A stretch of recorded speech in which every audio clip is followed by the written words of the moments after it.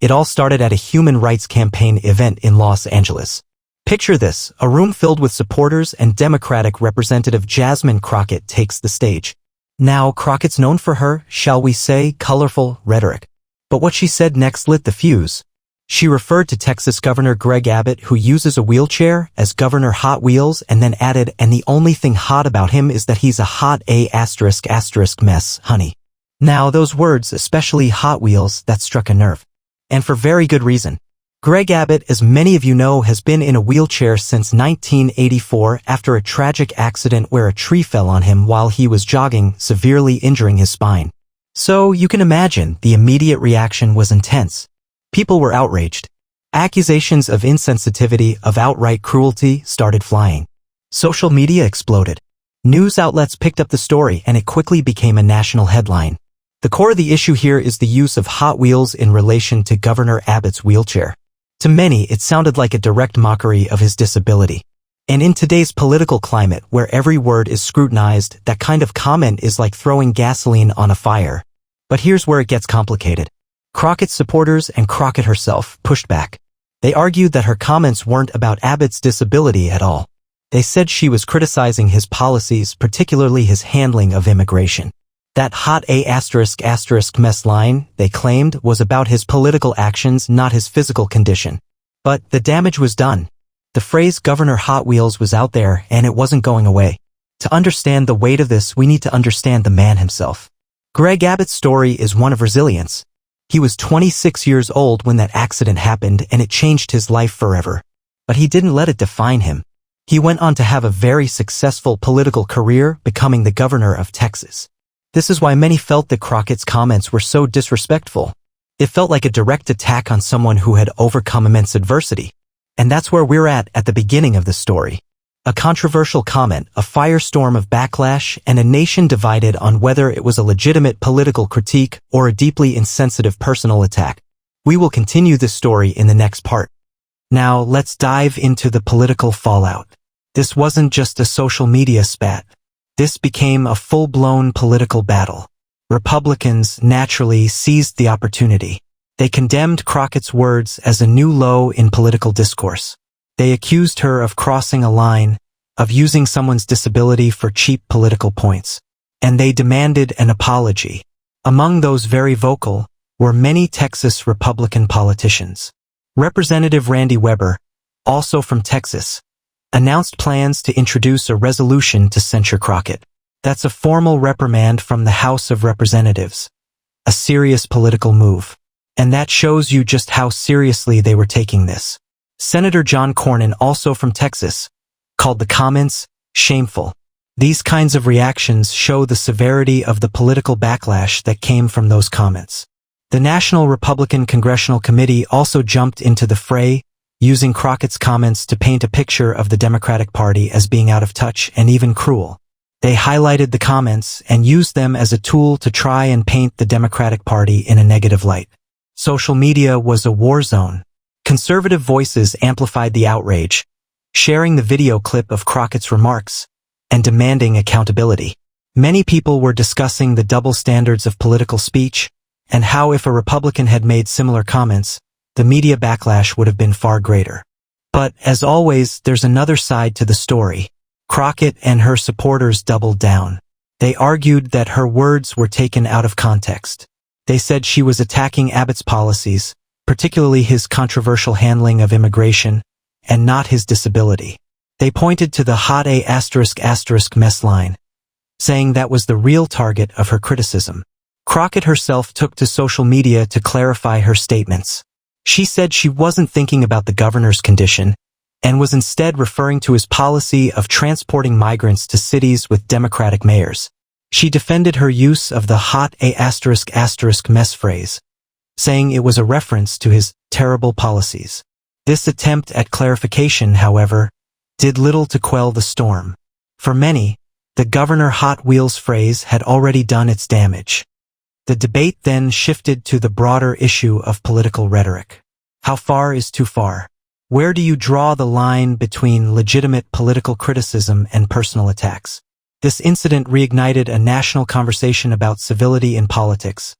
a conversation that seems to be constantly raging in our current climate. Adding fuel to the fire was the past actions of other political figures that had made similar derogatory comments, which then brought up conversations about double standards in political outrage. The issue also brought up the very sensitive issue of disability. In a world that is trying to be more inclusive and understanding of people's differences, comments such as these can cause large setbacks. This is why the comments caused such a strong reaction from many people. To truly understand the weight of this incident, we need to look at the political climate in Texas. Texas is a deeply red state, and Greg Abbott is a powerful figure within the Republican Party. He's known for his conservative stances on issues like immigration, abortion, and gun rights, and these stances have made him a target for Democrats both in Texas and nationally. The issue of immigration in particular has been a major point of contention. Abbott's Operation Lone Star, his initiative to combat illegal immigration at the Texas-Mexico border, has drawn sharp criticism from Democrats and human rights advocates. They argue that his policies are inhumane and ineffective. And it's within this context that Crockett's comments must be viewed. She was speaking at a human rights campaign event, a clear indication that her target was Abbott's policies, especially concerning immigration. But the national stage amplifies everything. In our highly polarized political environment, any controversial comment is quickly seized upon by the opposing party. This incident became a microcosm of the larger political battles raging across the United States. It highlighted the deep divisions between Republicans and Democrats and the increasing tendency to resort to personal attacks. Adding to the complexity is the fact that Representative Crockett is a rising star within the Democratic Party. She is known for her outspoken nature and her willingness to take on Republicans. This incident, while damaging, also raised her national profile. It put her in the spotlight and made her a figure of both admiration and condemnation depending on which side of the political spectrum you are on. The controversy also brought up the issue of political correctness. In today's climate, where words are carefully parsed and analyzed, any perceived slip-up can have serious consequences. Some argued that Crockett's comments, while insensitive, were simply a reflection of the rough-and-tumble nature of politics. Others argued that there are certain lines that should never be crossed, regardless of political affiliation. And the use of someone's disability was a line that many felt had been crossed. This incident also highlighted the power of social media in shaping public opinion.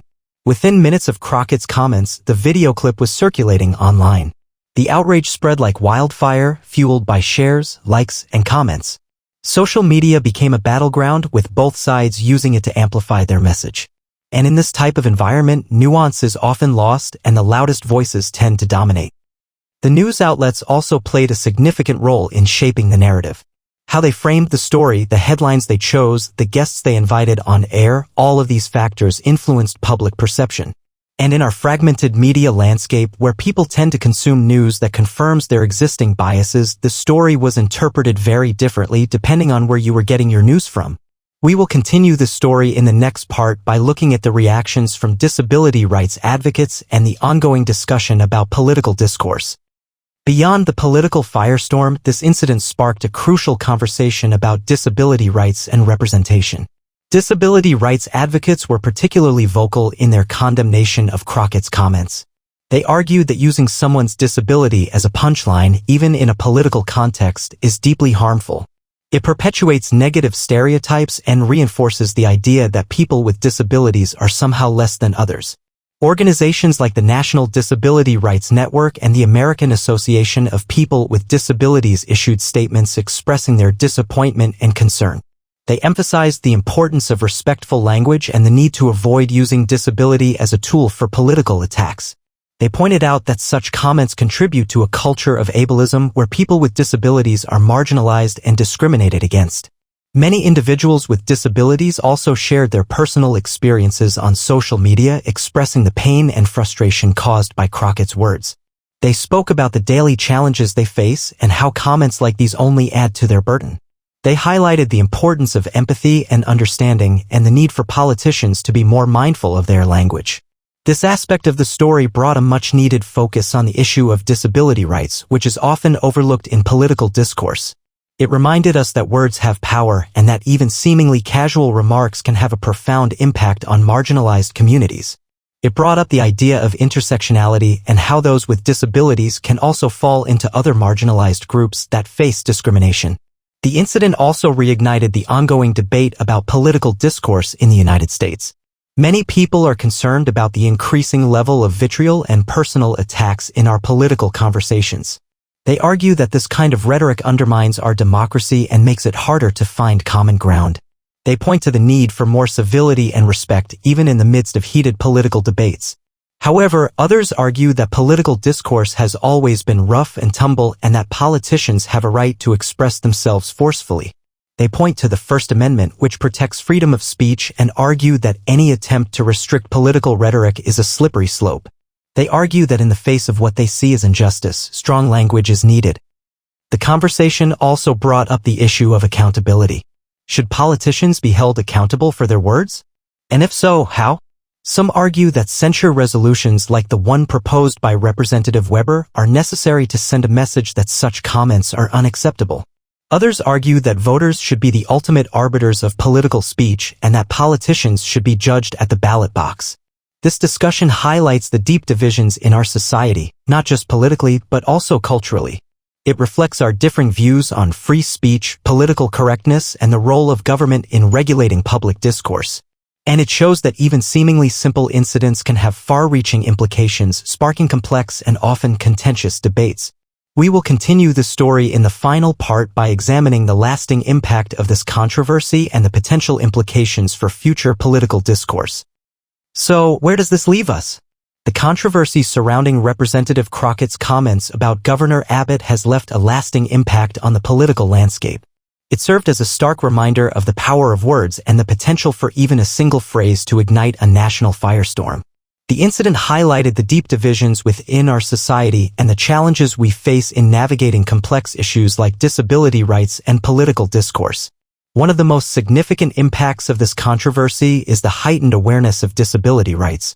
It brought the issue to the forefront of national conversation, forcing people to confront their own biases and assumptions. Disability rights advocates hope that this incident will lead to greater sensitivity and respect for people with disabilities in all areas of life, including politics. Politically, this incident has further fueled the partisan divide. It has provided ammunition for both sides, reinforcing existing narratives and deepening distrust. Republicans have used it to paint Democrats as insensitive and out of touch, while Democrats have used it to highlight what they see as the hypocrisy of the Republican Party. This division seems likely to continue, and the incident will be remembered and used in future political battles. The incident also raised questions about the future of political discourse. In an era of social media and 24-hour news cycles where every word is scrutinized and amplified, how can we foster more civil and productive conversations?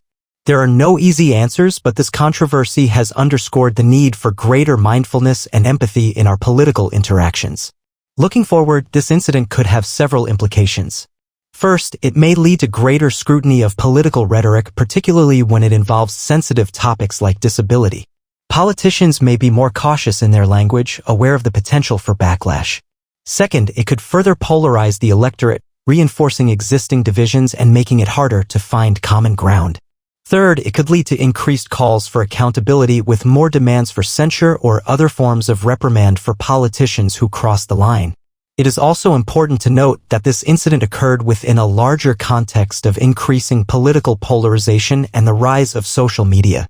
These factors have contributed to a climate where controversial comments are amplified and where nuance is often lost. This incident is not an isolated event, but rather a symptom of broader trends in our society. Ultimately, the lasting impact of this controversy will depend on how we choose to learn from it.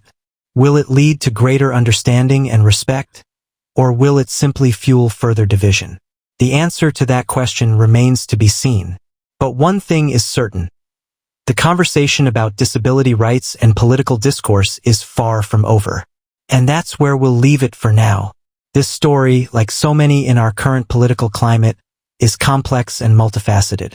It raises important questions about our values, our beliefs, and our responsibilities as citizens. Thank you for listening, and we encourage you to continue this conversation in your own communities.